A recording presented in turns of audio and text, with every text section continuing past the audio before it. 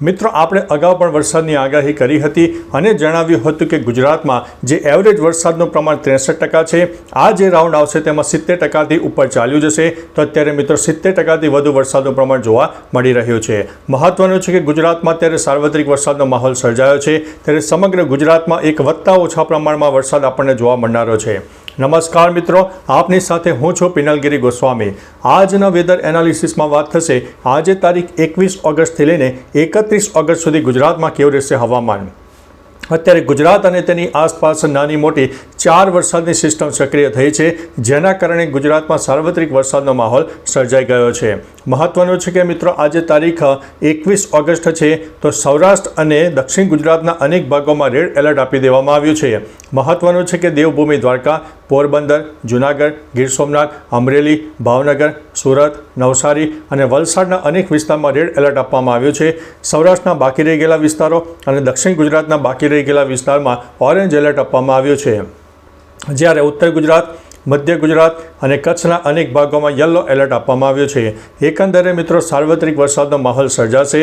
અત્યારે 1 નંબર પર સૌરાષ્ટ્રને ગણીને ચાલવો. હજુ પણ સૌરાષ્ટ્રમાં મેઘતાંડવ થઈ શકે છે. આપણે જોયું કે ગત 24 કલાકમાં અનેક વિસ્તારમાં 12.5 ઇંચ કરતાં પણ વધારે વરસાદ નોંધાયો છે અને એક જળ પ્રલયની પરિસ્થિતિનું નિર્માણ થયું હતું. હજુ પણ મિત્રો આગામી 72 કલાક થોડું સાચવીને આપણે જોવું રહ્યું, કારણ કે આ જે સિસ્ટમ છે વધારે મજબૂત છે અને જોરદાર વરસાદ અને નુકસાનીવાળો વરસાદ આપે તેવી સંભાવના દેખાઈ રહી છે. એટલે મિત્રો આગામી 72 કલાક હજુ પણ સૌરાષ્ટ્ર, દક્ષિણ ગુજરાતના અનેક ભાગો, ઉત્તર ગુજરાતના ઉત્તર અને પૂર્વ તરફના વિસ્તારમાં પણ મેઘતાંડવ જોવા મળે તેવી સંભાવના છે. આગામી 72 કલાકમાં રાજસ્થાન તરફ એક મજબૂત જે વરસાદની સિસ્ટમ છે રાજસ્થાનને અસર કરશે અને ઉત્તર ગુજરાતના પણ અનેક ભાગોને અસર કરશે. એટલે મિત્રો બનાસકાંઠા, સાબરકાંઠા, મહેસાણા, અરવલ્લી હોય, મધ્ય ગુજરાતના મહીસાગર, દાહોદ, પંચમહાલ, ખેડા, છોટાઉદેપુરના અનેક ભાગોમાં ભારેથી તે ભારે વરસાદ આગામી 72 કલાકમાં હજુ પણ થાય તેવી સંભાવના છે. એટલે મિત્રો સાર્વત્રિક વરસાદના માહોલ વચ્ચે આગામી 5 દિવસ હજુ પણ ગુજરાતમાં જોરદાર વરસાદનું વાતાવરણ રહેશે. ઉપરાંત મિત્રો આ જે સિસ્ટમ છે એ કહી શકાય કે તેનો ઘેરાવો છે, તેનું બ્રાઇટનેસ છે એ ખરેખર ખૂબ જ મોટું છે અને સાર્વત્રિક વરસાદનો માહોલ આપી રહ્યો છે. ગુજરાતની નદીઓમાં જળસ્તરમાં વધારો થયો છે, નદી નાળા છલકાઈ ગયા છે.